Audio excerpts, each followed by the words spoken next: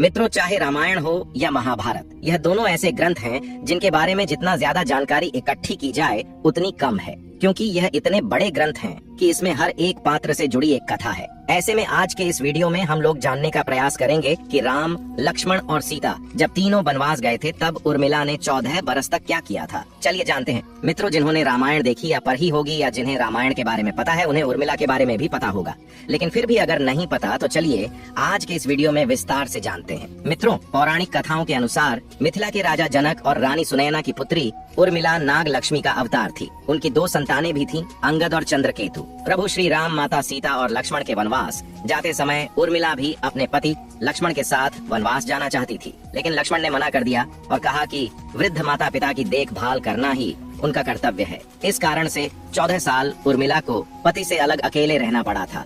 लेकिन उर्मिला ने इन 14 वर्षों तक क्या किया? अगर आप जानते हैं तो कमेंट में अपने विचार जरूर पेश कीजिएगा, और अगर नहीं जानते तो बने रहिए हमारे साथ वीडियो के अंत तक। मित्रों, पौराणिक कथाओं के अनुसार रामायण में बताया गया है कि राम, लक्ष्मण, भरत और शत्रुघ्न के जन्म के वक्त राम, भरत और शत्रुघ्न अन्य बच्चों की भांति कुछ देर रोने के बाद चुप हो गए थे, लेकिन लक्ष्मण रोते ही रहे। फिर उसके बाद जब उन्हें राम के बगल में लिटाया गया तब जाकर उनका रोना बंद हुआ। तब से वह हर वक्त राम की परछाई ही बनकर रहे। लक्ष्मण जी के लिए राम ही माता पिता, गुरु भाई सब कुछ थे, और उनकी आज्ञा का पालन ही उनका मुख्य धर्म था। वे सदा उनके साथ छाया की तरह रहते थे।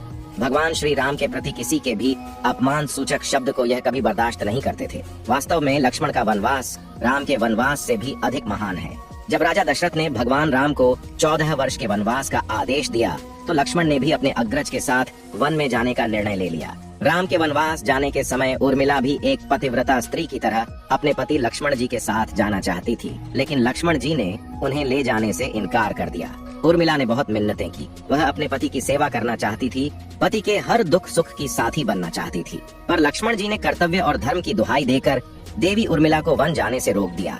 लक्ष्मण कहते हैं कि मैं अपने भ्राता राम और भाभी सीता की सेवा करने के लिए जा रहा हूँ। मैं नहीं चाहता कि मेरी सेवा में कोई भी कमी रह जाए। लक्ष्मण ने उर्मिला से यह कहकर इनकार कर दिया कि अयोध्या के राजा को और माताओं को उनकी आवश्यकता है। उर्मिला के लिए बहुत कठिन समय था। उर्मिला ने दिल पर पत्थर रखकर लक्ष्मण जी की बात मान ली और वह उनके साथ नहीं गई। जब लक्ष्मण जा रहे थे उस समय सबसे विकट क्षणों में भी उर्मिला आंसू तक नहीं बहा सकी, क्योंकि उनके पति लक्ष्मण ने उनसे एक और वचन लिया था कि वह कभी भी आंसू नहीं बहाएगी, क्योंकि अगर वह अपने दुख में डूबी रहेगी तो परिजनों का ख्याल नहीं रख पाएगी। ऐसे में जबकि वह नववधू थी और उसके जीवन की तो अभी अभी शुरुआत ही हुई थी। लक्ष्मण के वनवास जाने के बाद उर्मिला के पिता अयोध्या आए और उर्मिला को मायके चलने का अनुरोध करने लगे, ताकि माँ और सखियों के बीच उर्मिला के पति वियोग का दुख कुछ कम हो सके। परंतु उर्मिला ने अपने मायके मिथिला जाने से इनकार करते हुए कहा कि पति के आज्ञा अनुसार पति के परिजनों के साथ रहना है और दुख में उनका साथ छोड़ना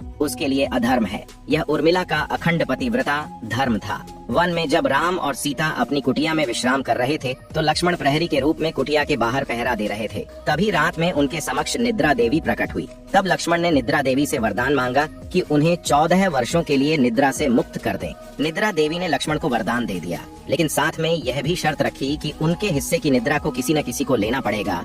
जब लक्ष्मण ने निद्रा देवी से निवेदन किया कि उनके हिस्से की निद्रा उनकी पत्नी उर्मिला को दे दी जाए। कहा जाता है कि निद्रा देवी के इस वरदान के कारण ही उर्मिला 14 वर्षों तक सोती ही रही थी और लक्ष्मण जी जागते रहे थे। कहते हैं वनवास से अयोध्या लौटने के बाद जब राम का राज्याभिषेक हो रहा था तो उस समारोह में उर्मिला भी थी, लेकिन वह नींद की अवस्था में ही थी। ये देखकर लक्ष्मण उनके ऊपर जोर जोर से हंसने लगे। ये देखकर वहाँ मौजूद सभी लोग दंग रह गए थे। तब लक्ष्मण ने बताया कि उर्मिला अभी नींद में है, जब मैं उबासी लूंगा तभी उर्मिला की नींद टूटेगी। ये सुनकर सब लोग हंसने लगे और उर्मिला आहत होकर वहाँ से चली गई। रामायण के एक रोचक किस्से में यह भी बताया गया है कि जब लक्ष्मण जी वन से आए और पत्नी के कक्ष में गए तो उन्हें देखकर पत्नी भयभीत हो गई और पहचानने से इनकार कर दिया। इसकी वजह है 14 साल तक उर्मिला का सोते रहना, और इतने दिनों तक लक्ष्मण जी को उन्होंने देखा भी नहीं था। रावण के वध के बाद श्री राम, सीता और लक्ष्मण वापस अयोध्या लौट आए और वहाँ प्रभु श्री राम के राज तिलक की तैयारी होने लगी। उस समय लक्ष्मण जोर जोर से हंस नहीं लगे। तब लक्ष्मण से इस हंसी का कारण पूछा तो उन्होंने यह कहा कि सारी उम्र उन्होंने इस घड़ी का इंतजार किया था कि मैं अब श्री राम का राज तिलक होते हुए देखूंगा, लेकिन अब उन्हें निद्रा देवी को दिया गया वचन पूरा करना है जो उन्होंने वनवास जाने से पहले दिया था। दरअसल निद्रा देवी से उन्होंने कहा था कि वह 14 वर्ष उन्हें परेशान नहीं करेंगी और उनकी पत्नी उर्मिला उनके स्थान पर सोएगी। निद्रा देवी ने उनकी यह बात एक शर्त पर मानी थी कि जैसे ही वह अयोध्या लौटेंगे उर्मिला की नींद टूट जाएगी और उन्हें सोना होगा। लक्ष्मण इस बात पर हंस रहे थे कि अब उन्हें सोना होगा और वह राम का राज तिलक नहीं देख पाएंगे। उनके स्थान पर उर्मिला ने यह रस्म देखी थी। लक्ष्मण की उर्मिला से अंगद और चंद्रकेतु नाम के 2 पुत्र हुए थे तथा सोमदत्त नाम के पुत्र उत्पन्न हुए। अंगद ने अंगदपुरी तथा चंद्रकेतु ने चंद्रकांतापुरी की स्थापना की थी। दोस्तों, उर्मिला के पतिव्रता का बल एक अन्य कथा के अनुसार लक्ष्मण जी की विजय का मुख्य कारण बना। मेघनाथ के वध के बाद उसका सर श्री राम जी के युद्ध शिविर पर रखा हुआ था। उन सबको मेघनाथ की पत्नी सुलोचना लेने आई। पति का शीश देखते ही सुलोचना का दिल अत्यधिक द्रवित हो गया और वह रोने लगी। रोते रोते अपने पास खड़े लक्ष्मण की ओर देखा और कहा, सुमित्रा नंदन, तुम भूल कर भी गर्व मत करना कि मेघनाथ का वध मैंने किया। मेघनाथ की धराशायी करने की शक्ति विश्व में किसी के पास नहीं थी। यह पतिव्रता नारियों का भाग्य था। अब आप सोच में पड़ गए होंगे कि निद्रा देवी के प्रभाव में आकर उर्मिला अगर 14 साल तक सोती रही तो सास और अन्य परिजनों की सेवा करने का लक्ष्मण को किया वादा उन्होंने कैसे पूरा किया? तो उत्तर यह है कि सीता माता ने अपना एक वरदान उर्मिला को दिया था कि उस वरदान के अनुसार उर्मिला एक साथ 3 कार्य कर सकती थी। तो इस तरह उन्होंने अपना वादा पूरा किया। दोस्तों, लक्ष्मण जी ने माँ बाप की सेवा करने के लिए उर्मिला को यूं ही छोड़ना उचित समझा। उन्हें शायद पता था कि वे लोग जब वनवास जाएंगे तो उनके माता पिता को इसका गहरा सदमा लगेगा। इसीलिए लक्ष्मण जी विकट क्षणों में माँ बाप को सहारा और सहानुभूति देने के लिए उर्मिला को छोड़कर वनवास चले गए। कुछ पौराणिक मान्यताओं के मुताबिक माना यह जाता है कि उर्मिला के नाजुक कंधों पर लक्ष्मण जी बहुत जिम्मेदारी डाल के चले गए थे। किसी भी स्त्री का विवाह उसके संपूर्ण होने की निशानी होती है। वैवाहिक जीवन के वह अनमोल पल, वह जीवन सरिता जो कोई भी नववधू अपने पति के साथ गुजारना चाहती है या गुजारना पसंद करती है, शायद वह पल उर्मिला के नसीब में नहीं थे इस दुनिया कि कोई भी नववधू अपने पति से कुछ देर अलग नहीं रहना चाहती। देवी उर्मिला अपने पति से 1 नहीं 2 नहीं बल्कि पूरे 14 साल अलग रही। भला किसी नवविवाह स्त्री का इससे बड़ा त्याग बलिदान क्या हो सकता है? इसीलिए इतने सारे त्याग, बलिदान और कष्ट सहने के बावजूद भी वचनों में बंधी देवी उर्मिला रामायण के में पात्र से दबी रही।